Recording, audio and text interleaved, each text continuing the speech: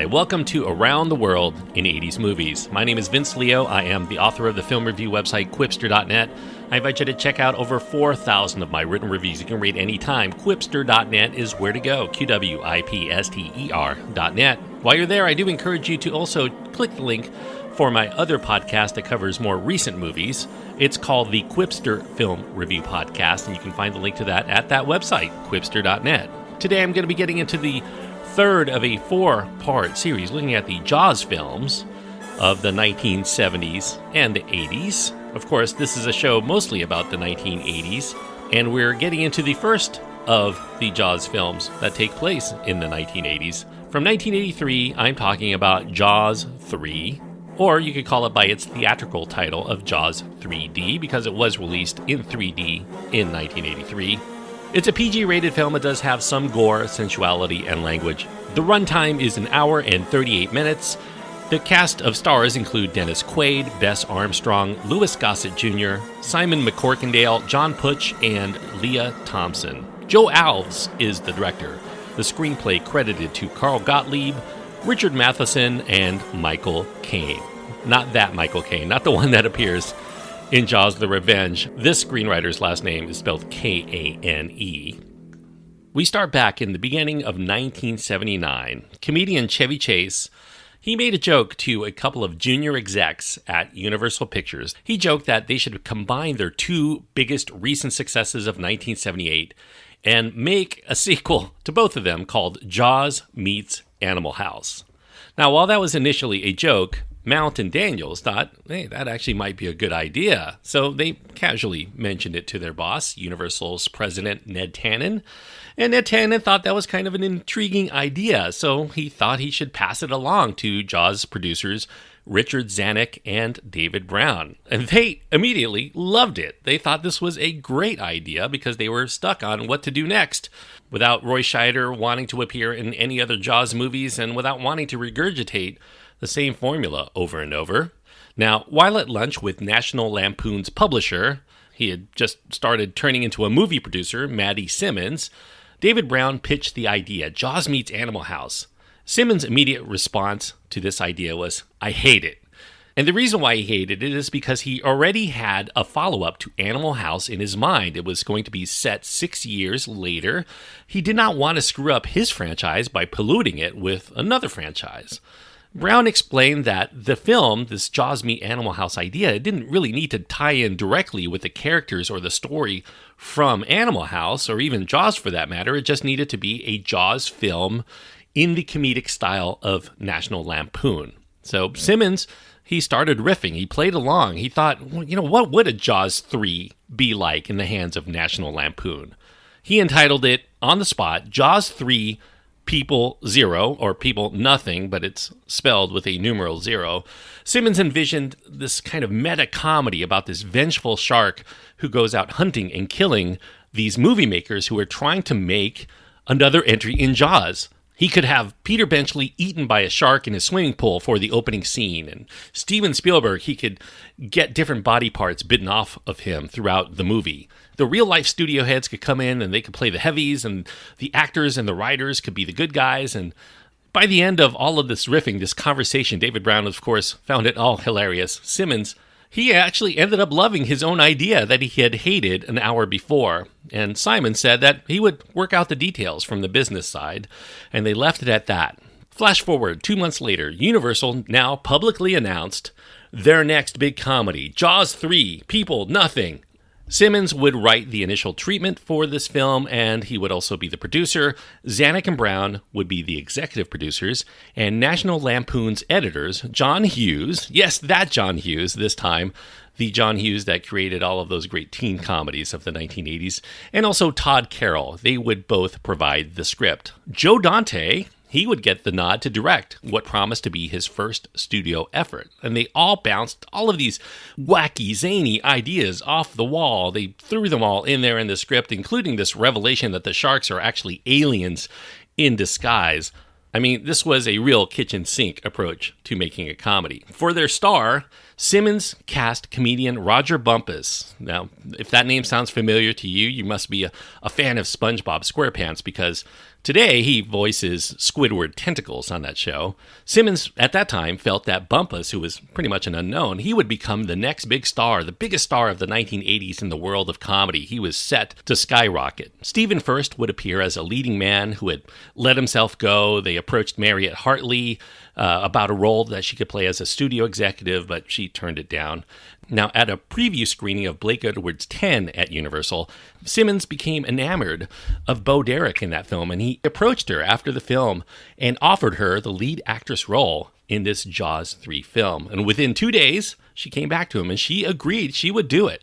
So he had his leading lady set. A slew of cameo appearances would also be in the film. Mel Brooks, Jonathan Winters, Mickey Rooney, as well as those who were involved in the making of Jaws. They hoped MCA President Sid Sheinberg, his wife Lorraine Gary, and Richard Dreyfuss, and maybe more if they could get them. Now at this point, it all seemed like this was going to be an absolute can't-miss effort. I mean, this was a film that would be the third in the top franchise at the time, Jaws, the second film for National Lampoon right after the phenomenal breakthrough that was Animal House, and this would also be Bo Derek's next film after becoming an overnight sensation with 10. This was going to be a $100 million earning picture, they all felt. The studio was very excited as well. They had locations scouted. They started reconditioning all of the sharks that were in use from Jaws 2 to appear in this film, and all told, Universal plunked down about $2 or $3 million in the pre-development phase before even anything started filming. Richard Zanuck felt that the first script that he had read from Hughes and Carroll was absolutely hilarious, but he did question their need to go for R-rated humor. He thought that this should be, like the Jaws films, PG-rated in order to attract the biggest audience.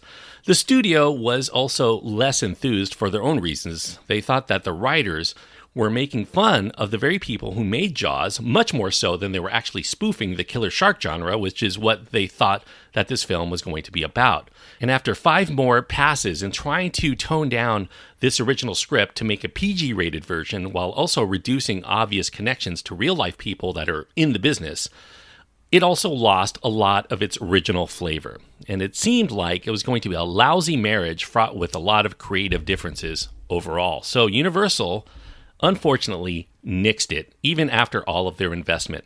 Years later, Matty Simmons, he had heard that the reason why Universal nixed it was because Steven Spielberg was adamantly opposed to Jaws becoming a spoof, and he felt they canceled it because they didn't want him to leave them in protest. But at the time, Simmons was obviously incensed. He had wasted so much time, about 1.5 years of his time, putting it all together, only to end up with nothing. So he wanted immediately out of his Universal contract so he could shop this idea to another studio who would be willing to pay the turnaround costs. And Universal consented on the stipulation that whatever film that Simmons and whatever studio he took it to made, they could not have a shark or any other kind of water creature in it. It had to be absolutely divorced from Jaws. Zanuck and Brown, they also left Universal, not in protest necessarily. They were at the end of their contract. They were now free to move to 20th Century Fox.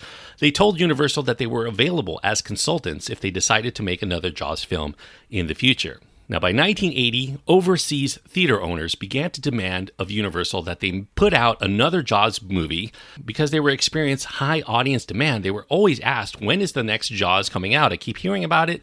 When is it coming out? And with their theatrical film that they had been working on for so long, Dead in the Water, Universal contemplated making a quickie TV film that they could release in the United States on television, but theatrically in other parts of the world. So, Alan Landsberg Productions, they were the makers of such TV fare as the TV shows That's Incredible and also Gimme a Break and many others.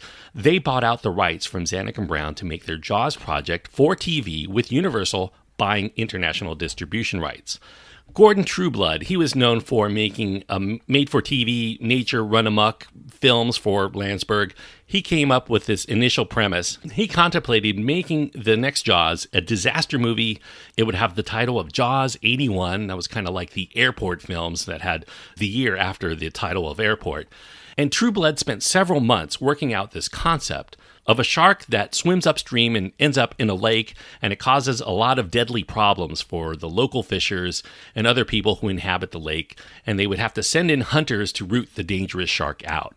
Landsberg liked the idea. He met with Mel Stewart and slotted him as the possible director after he had his stint making The White Lions for Landsberg, and also to star, at least one of the main stars would be Mickey Rooney, who had done Landsberg's award-winning TV film called Bill.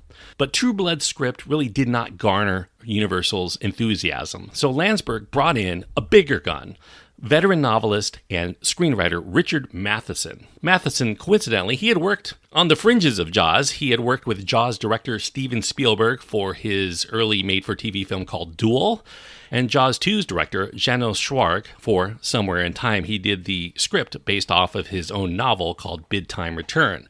Matheson was not shown, or he really didn't have any direct knowledge of True Blood's script. He didn't even know it existed. He received only Landsberg's story outline of this shark in a lagoon and went with that premise for his own script. The delays, though, in personnel and the changes made did draw the attention of the executives at MCA, which were the parent company of Universal. Although Universal was not producing Jaws 3, they did intend to distribute it, and they did not want a substandard product. So Verna Fields, Universal's vice president and also the editor for the original Jaws, she told Joe Alves, who was the production designer on the first two Jaws films and the second unit director on Jaws 2, she told him to go find out what's going on and see if he could steer things in the right direction. And Alves immediately saw significant problems. Landsberg told him that they did not need mechanical sharks for their film because they could use stock footage from That's Incredible and mix that with new footage using these half-scale human dummies filled with chum that the smaller sharks would eat. They would look bigger, though, because the dummies were smaller.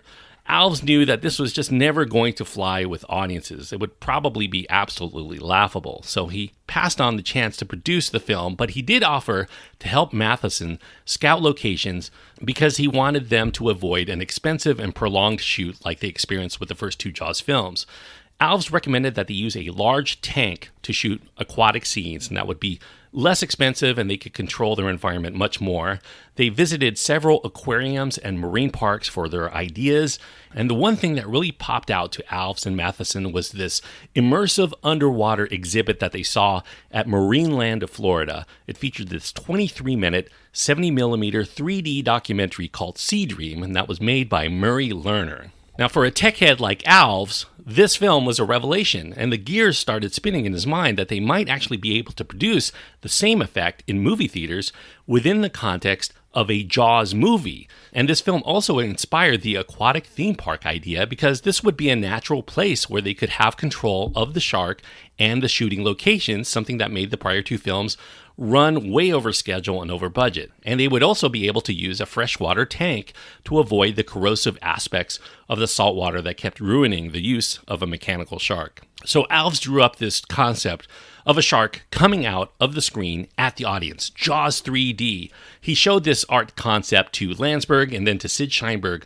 They were captivated. After MCA's other head, Lou Wasserman, took a look, Landsberg sent the script to Murray Lerner to see if he would be interested in helping out with the making of the next Jaws movie in 3D, as he did for Sea Dream. As they already had an art director assigned to the film, Lerner, he really didn't want any involvement. So Wasserman and Landsberg then urged Joe Alves to take control and direct whatever he had in his mind, not for television, but for theaters in the U.S. This was going to be an event film. Now, with Alves in place as director, Landsberg phoned up producer Rupert Hitzig to work as the line producer. Hitzig wanted no part of it initially. He felt that the Jaws franchise had run its course, and he also mentioned that he had absolutely no knowledge of 3D as a filmmaking process, which is kind of what Landsberg said he wanted for this role, because while Alves would concentrate on the technical aspects, Hitzig could make sure that it stayed on track as a narrative movie. After Hitzig met with Alves and Landsberg, he actually grew excited about the prospects, and he signed on board eagerly. Meanwhile, Universal executives, they deemed that the script by Matheson was full of a lot of problems. Matheson's story did not tie in at all with the first two Jaws films, and Sid Sheinberg insisted that the main character had to be related. It should be Mike Brody, the eldest son of Chief Brody, and they wanted to also somehow bring in Sean Brody into the story as well. Matheson thought that this was absolutely ridiculous because the Brody family was going to experience another shark problem in a completely different part of the country. And even more so, Universal also requested on top of that they use the same shark from Jaws 2 as the main nemesis, all burnt up, but still alive somehow, even though we saw it get electrocuted in Jaws 2. Matheson asserted that audiences would just absolutely laugh at this twist. So Universal, at least wisely, backed off of that idea anyway. On top of this, Landsberg also asked Matheson to write in a big role, specifically for his friend Mickey Rooney as a thank you for his Emmy and Golden Globe winning performance in the TV movie Bill, which also won for Landsberg a Golden Globe for Best TV Film. Matheson wrote in Mickey's part as this clown who entertains the crowd at the water park. This was a role that he ended up taking back out, though, because Mickey Rooney soon became unavailable, thankfully, I guess, for Matheson. However, Rooney's co-star in Bill, Dennis Quaid, he was given the lead role of Mike Brody. Quaid later would call Jaws 3 the worst experience of his life. He also claimed that he was sky high on cocaine throughout every scene that he shot.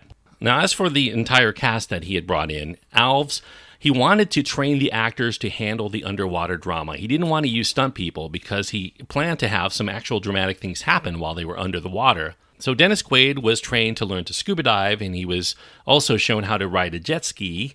Armstrong was trained to ride on the backs of whales and communicate with dolphins. And in the case of Lea Thompson, she would learn how to water ski, but not only just water ski, but do it in a pyramid formation with other women standing on each other's shoulders. Lea Thompson was cast here. This was actually her film debut. She was discovered from a Burger King commercial by the casting director, and she beat out the likes of Jennifer Jason Leigh, who was hot from Fast Times at Ridgemont High at the time. Dennis Quaid, by the way, at that time, he was married to actress P.J. Soles.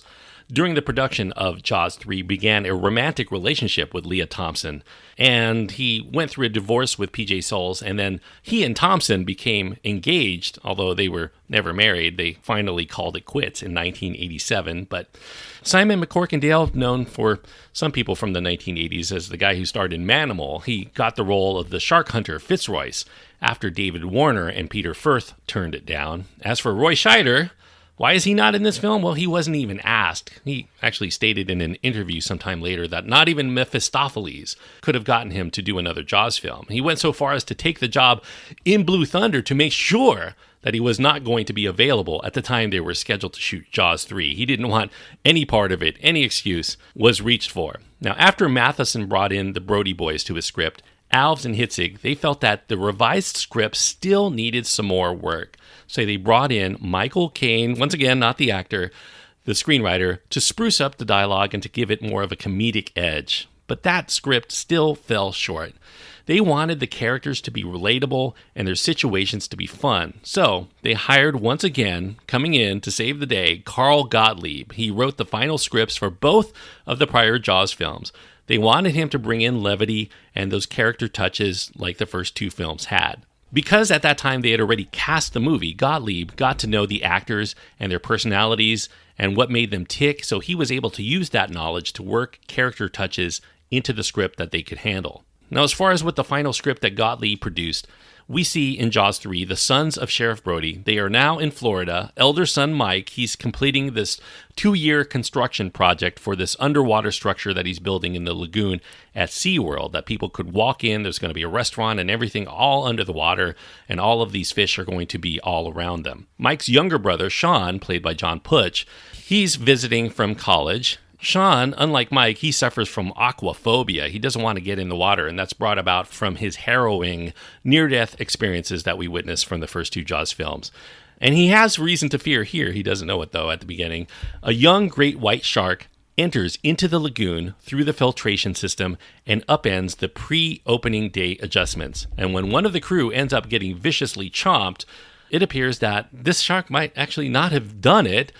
A larger shark would have had to have been responsible, and they shudder to realize that the shark's mother, a massive 35-foot-long great white, has also passed into the park, hungry for the taste of human flesh and also for the taste of underwater SeaWorld structures. A lot more to the story than that, but like I say, for these Jaws sequels, you don't go into these sequels looking for more than just a basic premise. Now, Alves brought in some pretty unique ideas for how to shoot the shark, including this point of view angle, this shot from inside the shark's mouth. You're inside the shark looking out of its mouth. He originally developed that idea for a scene that he wanted to use in the original Jaws, where the shark attacks Matt Hooper in a cage, but Spielberg felt at that time that it distracted instead of enhanced the horror for that scene.